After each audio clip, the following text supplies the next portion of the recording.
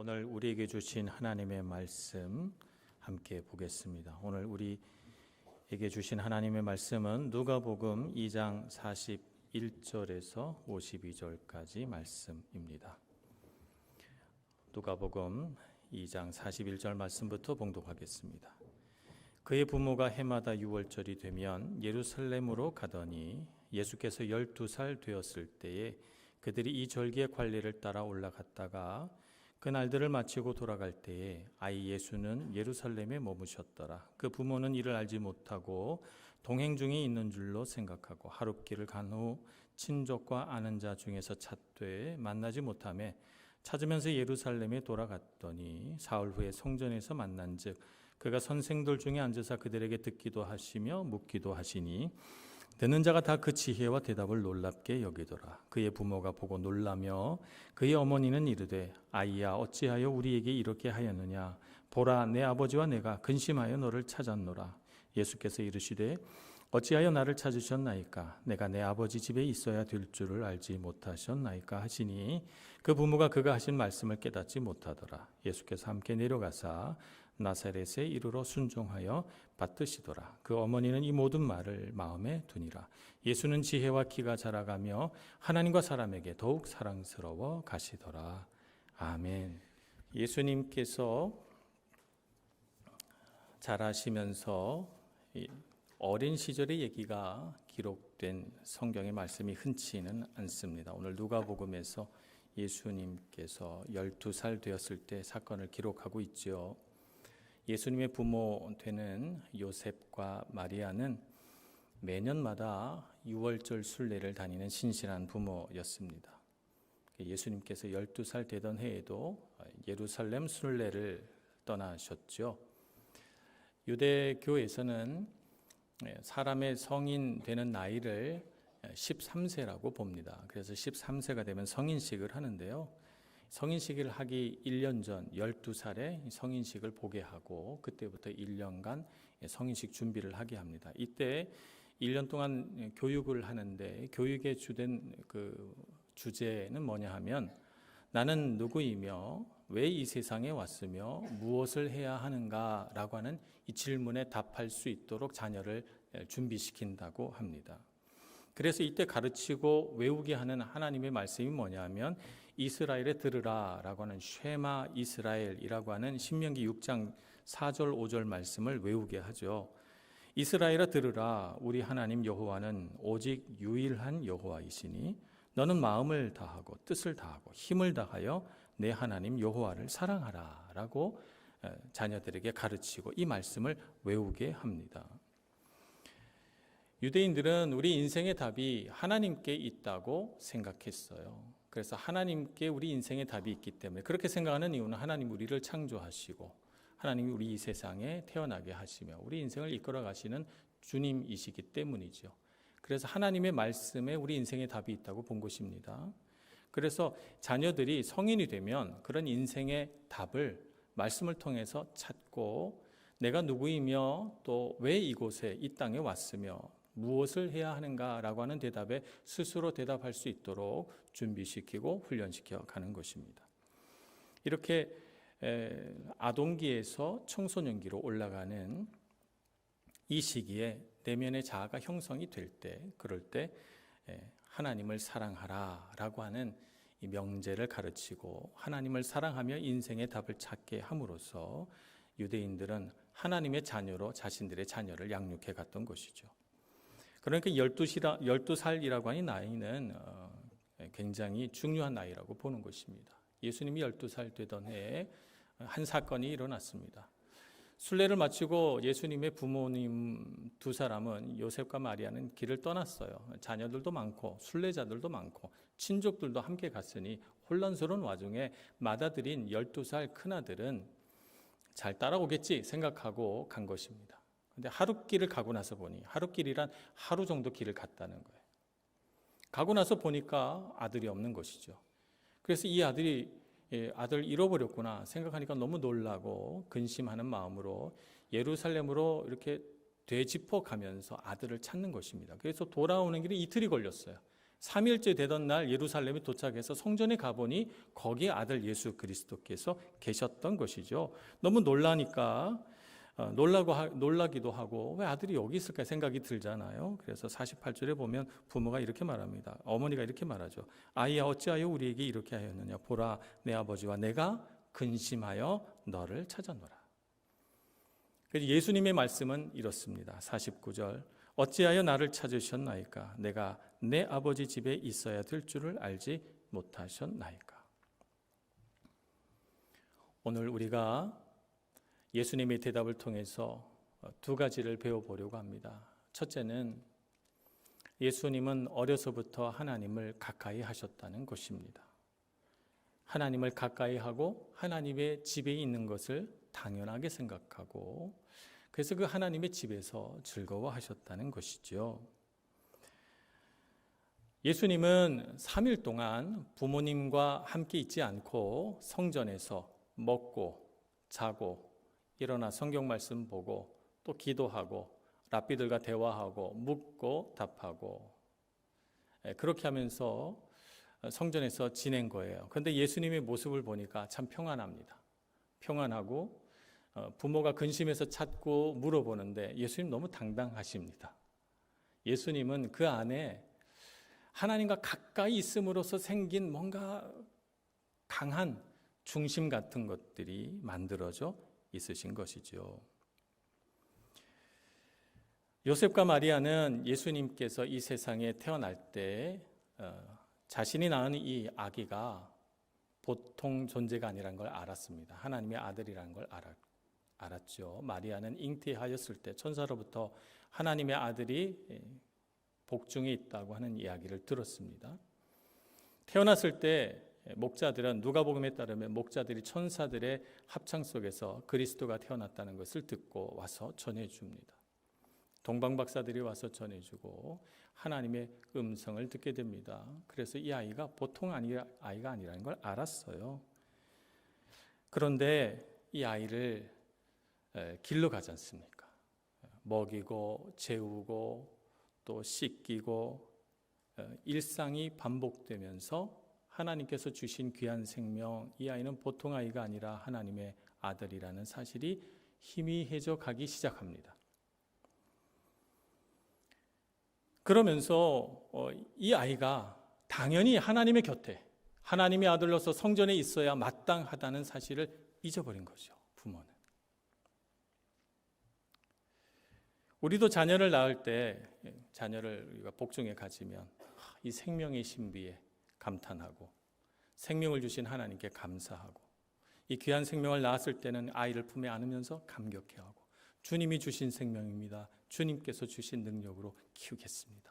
이렇게 다짐하면서 아이를 우리 손에 받았어요.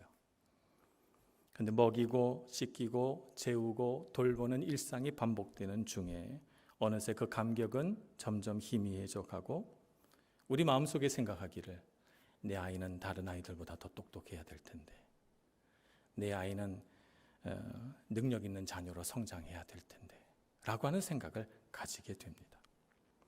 우리 자녀를 향해서 너는 하나님의 아들이야, 하나님의 딸이야 라고 말해주긴 하지만 일상 속에서 하나님과 더 가까워져야 돼 라고 가르치기보다는 공부랑 더 가까워져야 돼, 성공이랑 더 가까워져야 돼 라고 가르치고 있지는 않은지 되돌아보게 됩니다. 우리의 자녀는 하나님께로부터 왔습니다. 누구와 가까워져야 됩니까? 하나님과 더 가까이 가도록 우리가 가르쳐야 될 것입니다. 우리는 어떻습니까? 우리도 하나님의 자녀입니다. 우리도 하나님의 자녀로서 우리는 어떻게 살아야 합니까? 하나님과 가까이 가야 됩니다. 하나님과 가까운 사이로 지내야 됩니다. 우리도 주님께 받은 감동이 있습니다. 누가 우리더러 강제로 여기 와서 앉으라고 한 사람 없습니다. 주님께 받은 기쁨이 있고 주님께 받은 감동이 있어서 그래서 여기 와 앉아 있습니다. 가슴 떨리는 고백이 있었고 우리의 마음을 뭉클하게 하는 그런 기쁨이 있었기 때문에 우리가 주님 앞에 나왔습니다. 근데 우리 일상이 반복이 되고 우리의 삶이 흘러가면서 때로는 실망하고 때로는 마음을 다치고 하다가 어느새 내가 처음 받았던 그 감격이 희미해지기 시작합니다. 한때 내가 열심히 신앙생활 했던 때를 떠올려 보면서 그때 내가 과연 잘 산 게 맞을까 생각도 해봅니다. 누군가는 열심히 신앙생활 해야 한다고 우리에게 말하지만 내가 그렇게까지 열심히 신앙생활 할 필요 있을까? 목회자도 아닌데 이렇게까지 가까워질 필요가 있을까 생각하게 되죠. 내 아내나 남편이 열심히 신앙생활을 해서 집에 오면 성경 보고 교회 가면 기도하고 막 예배하는 거 너무 좋아하고 그러면 걱정합니다. 너무 신앙생활 열심히 하는 건 아닐까? 너무 종교적이 되면 안 될 텐데 이런 생각을 합니다. 그러다 공고한 날이 찾아와 우리 삶에 어려움이 생기면 우린 주님 앞에 부르짖습니다. 주님 왜 가까이 계시지 않습니까? 주님 왜 멀리 계십니까? 주님 내 기도를 안 들으십니까? 주님의 음성을 들려주옵소서 기도합니다. 주님과 우리가 얼마큼의 거리에 있어야 적당합니까? 어느 정도 거리에 있어야 주님도 편하고 우리도 편합니까? 아버지와 아들 사이에 어느 정도의 거리가 적당합니까? 아버지가 아들을 안고 아들은 아버지 품에 안겨 있어야 그게 가장 좋은 거리 아닙니까? 근데 우린 거리를 두려고 합니다. 하나님께. 그리고 공고한 날이 이르러서야 하나님의 품을 찾습니다. 주님은 어떻게 하셨습니까? 주님은 12살 되던 때부터 자아가 생기고 성인이 될 나이가 가까워진 그때부터 주님을 가까이 하고 주님 품에 있고 주님 품에 있는 것이 당연하다는 마음으로 사셨습니다. 주님께 가까이 나아가시는 여러분들 되시길 축복합니다. 주님과 거리를 두려고 하지 마시고 친밀하신 하나님 앞에 나아가시길 바랍니다. 그러면 주님께서 우리에게 평강을 주십니다. 예수님 그 사랑하는 아들에게 주셨던 것처럼 말입니다. 3일을 부모와 떨어져 있어도 예수님은 이 어린 예수님은 평강합니다. 빌립보서 4장 6절 7절에 이렇게 우리를 가르치십니다. 아무것도 염려하지 말고 다만 모든 일에 기도와 간구로 너희 구할 것을 감사함으로 하나님께 아뢰라. 그리하면 모든 지각에 뛰어난 하나님의 평강이 그리스도 예수 안에서 너희 마음과 생각을 지키시리라 가르치십니다. 평강이 어디에 있습니까? 모든 지각에 뛰어난 하나님께 평강이 있습니다. 하나님을 가까이 하시는 여러분들 되시길 축복합니다. 그래서 하나님의 품에 푹 안기시고 내가 이렇게 해도 되는 걸까? 하나님이 괜히 나에게 뭔가를 시키실까? 염려하지 마시고 주님의 품 안에서 사랑과 은혜와 생명을 풍성히 누리시는 여러분 모두가 되시길 축복합니다. 두 번째, 예수님의 말씀에서 우리가 알 수 있는 것은 예수님은 자신의 하나님의 아들이심을 알았다는 것입니다. 49절 말씀에 보면 내가 내 아버지 집에 있어야 될 줄 알지 못하셨나이까? 라고 하면서 성전을 내 아버지 집이라고 하십니다. 정체성이 형성되는 자아가 이제 생겨나기 시작하는 12살의 예수님은 자신의 정체성을 깨달으셨어요. 나는 하나님의 아들이라고 생각하신 것이죠. 우리 자녀를 양육합니다만 자녀는 언젠가 부모 품을 떠나게 돼 있습니다. 그렇죠? 자녀를 우리 부모 품 안에 품고 있는 동안에 자녀를 잘 양육하는 것은 부모에게 주신 하나님의 사명입니다. 그렇다면 우리가 부모 품을 떠나기 전까지 우리 자녀를 맡아서 잘 양육할 때 어떻게 양육하는 것이 잘 양육하는 것입니까? 이 다음에 커서 부모를 떠나서도 부모의 힘에 의지하지 않고 세상에서도 스스로 자기가 잘 벌어서 잘 먹고 살 수 있게 해주는 것, 그것이 우리 양육의 목표입니까? 세상의 많은 부모들이 그런 목표로 양육합니다. 그리스도인도 그런 목표로 양육한다고 해서 더 특별할 것 없습니다. 그리스도인인 우리가 어떻게 자녀를 양육해야 정말 하나님 뜻대로 자녀를 양육하는 것입니까? 부모를 떠나도 하나님을 떠나지 않는 자녀를 양육하는 것이 우리 목표입니다. 인생의 중요한 고비마다 하나님을 찾는 자녀로 키워내는 것, 이것이 우리가 자녀를 양육하는 목표이죠. 내 자녀를 향한 인생 계획은 자녀를 주신 하나님이 세우십니다. 우리는 그 자녀를 하나님으로부터 받아서 잠깐 기르는 것뿐입니다. 이 자녀를 만드신 분도 주님이시고 우리에게 맡기신 분도 주님이시고 기르시는 분도 주님이십니다. 그래서 자녀를 향한 인생 계획은 부모가 세우는 게 아니에요. 많은 부모들이 이 자녀를 향한 하나님의 뜻이 뭘까를 생각하기보다 내가 원하는 자녀의 모습으로, 내가 원하는 사람으로 키워내고 싶어 합니다. 성경을 보면 위대한 사람들이 많이 등장하는데 특별히 우리 구약 성경에서 참 위대한 선지자 중에 하나가 사무엘 선지자입니다. 사무엘은 어떻게 태어났습니까? 한나의 기도로 태어났습니다. 어머니의 기도가 없었다면 사무엘은 이 세상에 태어나지 않았을 수도 있겠습니다. 한나는 온 힘을 다하여 아들을 달라고 간구했고 하나님은 그 어머니 한나의 기도를 들어서 그에게 귀한 아들 하나를 주셨습니다. 한나는 생각했습니다. 하나님께서 주신 생명이고 하나님께서 주신 아들입니다. 하나님께서 이 아들에게 하나님의 계획을 갖고 있으실 줄 믿습니다. 그래서 젖될 무렵까지 자신이 키우다가 그 후에는 성전에 보내어 하나님 품 안에서 자라나게 하죠. 하나님 손에 맡깁니다. 그리고 사무엘은 소년 시절에 하나님의 부르심을 받아서 위대한 선지자가 되죠. 다윗은 8 형제 중에 막내입니다. 하나님께서 이 8 형제 중에 기름 부어 세울 왕이 있다고 말씀하셨어요. 사무엘은 뿔에 기름을 가득 채워가지고 누가 하나님께 부르심 받은 왕일까 궁금해하며 아버지 이새의 집에 도착합니다. 큰아들부터 한 명씩 지나가는데 하나님께서 어느 아들에게도 왕이라고 말씀하지 않으세요. 7 아들이 다 지나갔어요. 그래서 사무엘이 묻습니다. 더 아들이 없습니까? 그랬더니 아들이 하나 있긴 한데 저 산에서 양치고 있습니다. 이렇게 말하는 거예요. 아버지 이새의 생각에는 막내 아들 다윗은 하나님께 기름 부어 왕으로 세워질 감으로 생각이 되지 않은 거죠. 그래서 부르지도 않았던 거예요. 급히 다윗을 불러 사무엘 앞에 세워 놓자 하나님 말씀하십니다. 이 아들은 내가 세울 이스라엘의 왕이니 그에게 기름을 부으라. 육신으로 낳은 아들을 아버지 이새는 알아보지 못했습니다. 하나님의 놀라운 인생 계획이 있다는 사실을 말입니다.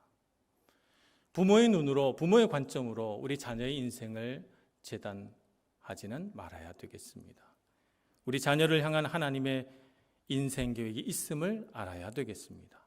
하나님 품 안에서 자라나고 하나님의 계획이 이루어지도록 기도하는 부모가 되어야 할 것입니다.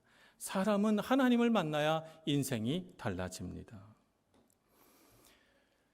우리도 마찬가지 아닙니까? 우리도 하나님의 자녀로 이 땅에 태어나서 살아왔습니다. 나를 향한 인생 계획은 하나님이 세우십니다. 어느 누가 내가 원하는 인생 계획을 세워놓고 그 인생 계획대로 사신 분 있으십니까? 그런 사람이 몇이나 되겠습니까? 하나님 아버지께서는 자신의 아들을 너무나도 작고 연약한 아기로 이 땅에 보내셨습니다. 그리고 불완전한 부모 아래 양육되도록 맡겨두셨습니다. 그들이 먹이고 씻기고 재우고 수고했지만 정말 이 예수님을 기르신 분은 아버지 하나님이십니다. 예수님은 12살이 되었을 때 하나님이야말로 자신의 아버지임을 깨달으셨습니다. 그래서 그 하나님 품 안에 있는 걸 기뻐하셨던 것입니다.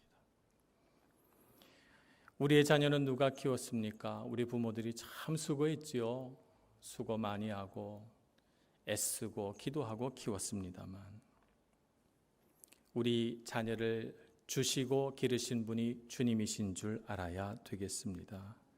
그래서 우리 마음에 늘 부모로서 기도해야 되는 것은 우리 자녀가 성인이 되어서 하나님을 찾는 인생이 되기를 늘 기도하고 소망해야 되겠습니다. 그런데 성인이 되어서 하나님을 찾으려면 성인이 된 어느 날 제발 하나님을 찾거라 해서 찾아지는 건 아닙니다. 어려서부터 우리 자녀들이 하나님을 찾고 하나님의 이름을 부르고 주님 안에서 양육되고 성장해 가도록 가르치고 양육하는 것이 필요합니다. 그래서 주님 품 안에서 우리 자녀들의 마음속에 나는 하나님의 귀한 아들, 딸이구나 하는 사실을 깨닫고 자라나도록 힘써 우리 자녀들을 위하여 기도하고 애쓰는 저와 여러분 되기를 소망합니다. 그리고 우리도 또한 하나님의 자녀로서 주님이 기르시고 보살펴 주시는 줄 알고 아버지 되신 하나님을 향하여 우리 마음을 드리고 그 아버지 품 안에서 평강과 은혜와 사랑을 누리는 저와 여러분 되기를 간절히 소원합니다. 기도하겠습니다. 자비하신 하나님, 우리를 주님의 크신 은혜의 손으로 붙드시고 우리로 하여금 하나님 안에서 평강을 누리게 해 주옵소서.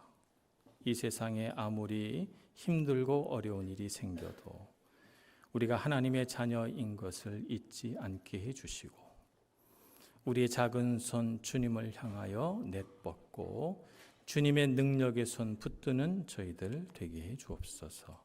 예수님의 이름으로 기도합니다. 아멘.